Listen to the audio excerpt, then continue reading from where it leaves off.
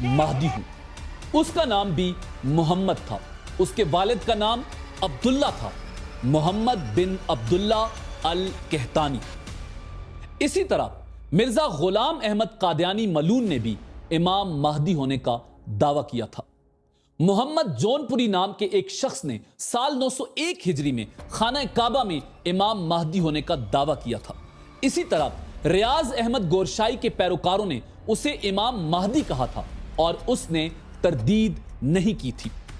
حال ہی میں قاسم بن عبد الکریم نام کے ایک شخص کے پیروکاروں کا بھی یہی دعویٰ ہے۔ اس کے علاوہ تاریخ میں ایسے کئی لوگ گزر چکے ہیں جو امام مہدی ہونے کا دعویٰ کرتے رہے، مگر سوال یہ ہے کہ اگر وہ سب مہدی نہیں تھے تو مہدی در حقیقت کون ہوں گے اور کب آئیں گے؟ کیا امام مہدی آ چکے ہیں؟ رسول اللہ صلی اللہ علیہ وآلہ وسلم نے فرمایا امام مہدی اور ان کے زمانے کی بہت سی نشانیاں ہیں۔ جابر بن عبداللہ فرماتے ہیں رسول اللہ صلی اللہ علیہ وآلہ وسلم نے فرمایا وہ وقت قریب ہے جب عراق والوں کے پاس روپے اور غلہ آنے پر پابندی لگا دی جائے گی۔ ان سے پوچھا گیا یہ پابندی کس کی جانب سے ہوگی؟ تو انہوں نے فرمایا اجمیوں یعنی غیر عربیوں کی جانب سے۔ پھر کچھ دیر خاموش رہنے کے بعد کہا کہ وہ وقت قریب ہے جب اہل شام پر بھی یہ پابندی لگا دی جائے گی۔ پوچھا گیا کہ یہ رکاوٹ کس کی جانب سے ہوگی؟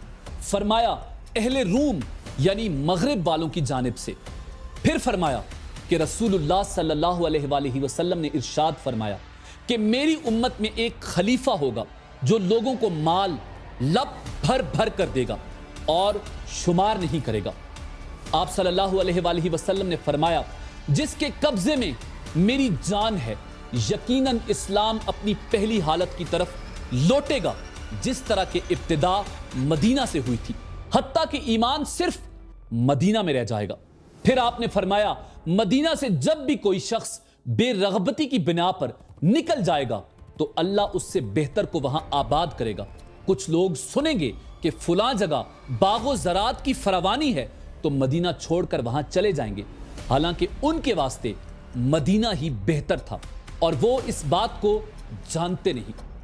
ابو صالح تابی نے حضرت ابو ہریرہ رضی اللہ تعالی عنہ سے روایت کیا ہے کہ مصر پر بھی پابندیاں لگائی جائیں گی۔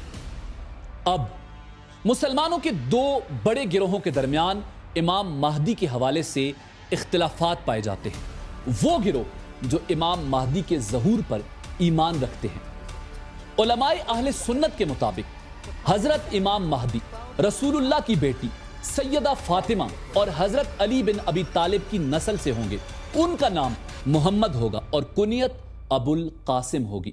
وہ ابھی پیدا نہیں ہوئے، مگر پیدا ہونے کے بعد وہ باقاعدہ حضرت عیسیٰ کے ساتھ مل کر کفار و مشرکین سے جنگ کریں گے اور ایک اسلامی حکومت قائم کریں گے۔ ان کی پیدائش قیامت کے نزدیک ہوگی اور ان کا ظہور مشرق سے ہوگا اور بعض روایات کے مطابق مکہ سے ہوگا۔ ان کے ظہور کی نشانیاں بھی کثرت سے بیان کی گئی ہیں۔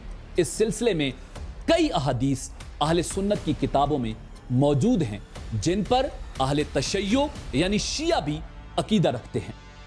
نبی کریم صلی اللہ علیہ وآلہ وسلم نے ارشاد فرمایا مہدی میرے اہل بیت سے ہوں گے۔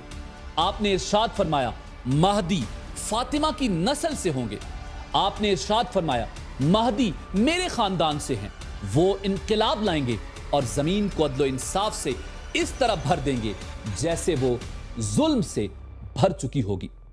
اس کے علاوہ بے شمار احادیث اس بارے میں ملتی ہیں۔ ابن تیمیہ نے لکھا ہے کہ یہ روایات مصدقہ ہیں۔ اب بات کرتے ہیں کہ اہل تشیع کا امام مہدی کے حوالے سے کیا عقیدہ ہے۔ شیعہ اہل سنت کی کچھ روایات سے اتفاق کرتے ہیں، مگر یہ کہتے ہیں کہ حضرت مہدی پیدا ہو چکے ہیں اور امام حسن بن علی عسکری کے بیٹے ہیں، یعنی آپ کی بیٹی سیدہ فاطمہ اور حضرت علی کی نسل سے ہیں۔ وہ اب غیبت کبریٰ میں ہیں اور زندہ ہیں، یعنی ان کی عمر حضرت خضر اور حضرت عیسیٰ کی طرح بہت لمبی ہے۔ وہ قیامت کے نزدیک ظاہر ہوں گے۔ انشاءاللہ اگلی ایپیسوڈ میں امام مہدی کے ظہور اور ان کی اہم ترین نشانیوں کے حوالے سے بات کریں گے۔